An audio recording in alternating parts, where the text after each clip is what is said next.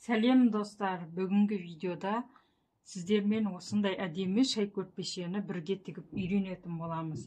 Видеомызда замоктың тігілу жолы бар, және де осындай ішкі астарға мақта салу мен мына құрақтардың тігілу жолы менің каналымда бар. Описанияға ссылкасын қалдырып кететін боламын.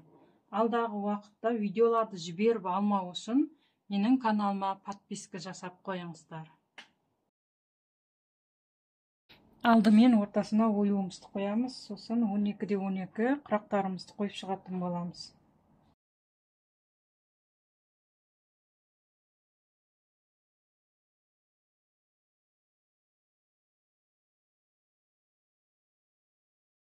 Енді осыларды біріктіріп тігетін боламыз. Алдымен құрақтарды тігіп аламыз.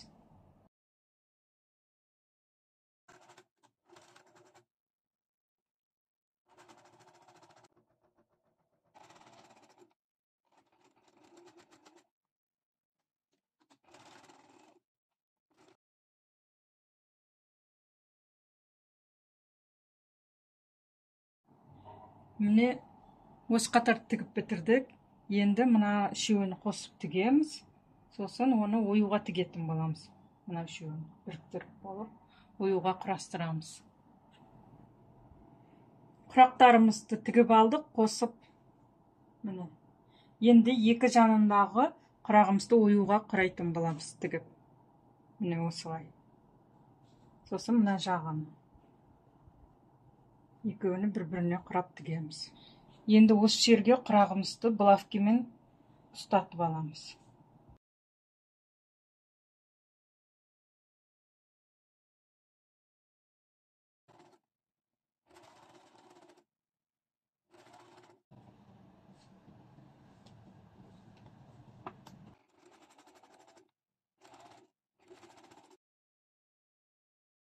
Енді келесі құрағымызды құраймыз.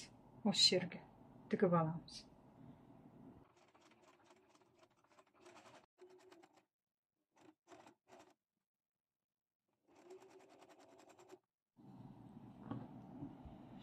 Енді екі жағындағы құрағымызды тігіп аламыз осы жағына. Мына бөлігін, екінші мына бөлігін құрастырамыз. Міне қыздар, құрағымызды оюға біріктіріп тігіп шықтық. Енді қалған бөліктерін көрсететін боламын. Бізге осындай ленталар керек, шетіне. Алдымен мына астыңғы бөлігін көрсете кетейін. Бізде астыңғы бөлігіде влер матадан болады.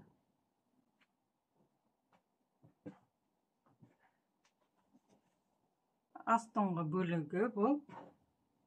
Енді үстіне құрағымызды жаямыз. Сосын мына лентамызды, ақ лентамызды шетіне тігіп шығамыз. Және де бізге осындай тағы да бір мата керек. Ол мына жерге ақ лентадан соң тігілетін болады.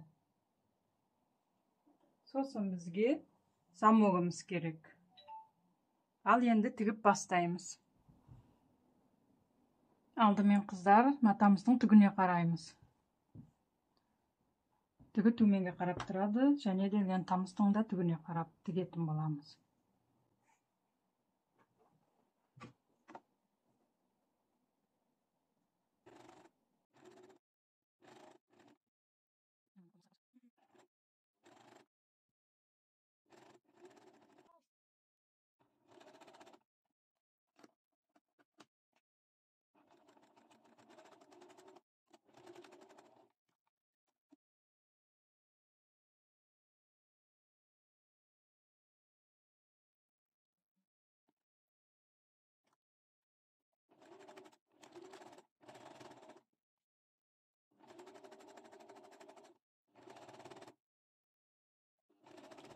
Міне осылай шеттеріне ақ лентамызды қойып тігіп шықтық.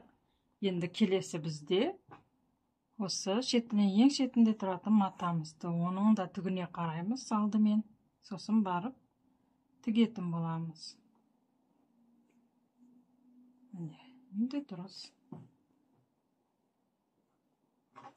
Дәл осылай бұны да шетіне айналдыра тігіп шығатын боламыз.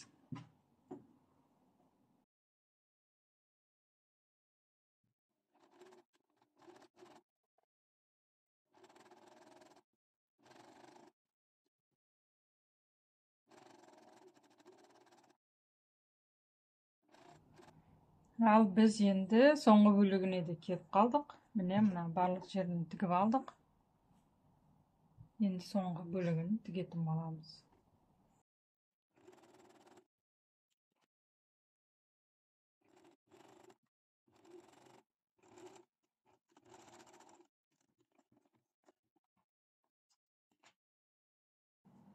Осы жерін қиып алып тастаймыз.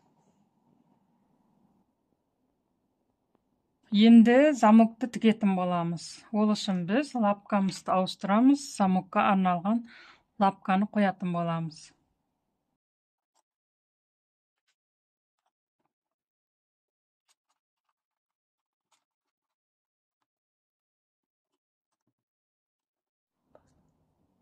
Замогымызды осылай қойып тігетін боламыз.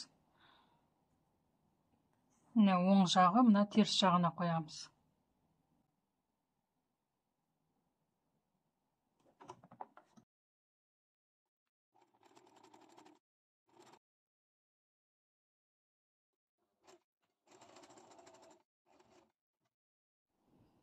Менің замогым қысқа болғандықтан мына жағыны жай тігіспен тігетін боламын.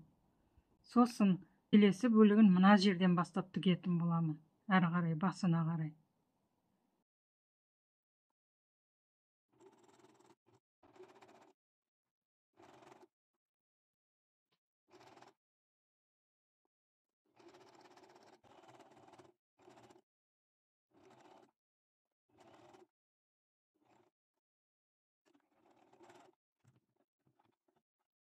Бізде барлығы тігіліп болынды, замогымызды да қондырып алдық. Енді оңына аударатын боламыз.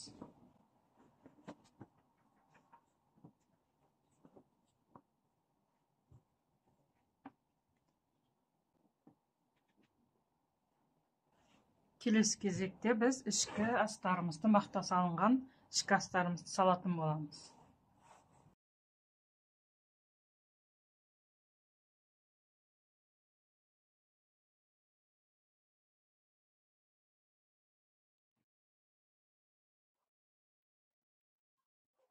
Бізде осындай әдемі көрпеше шықты.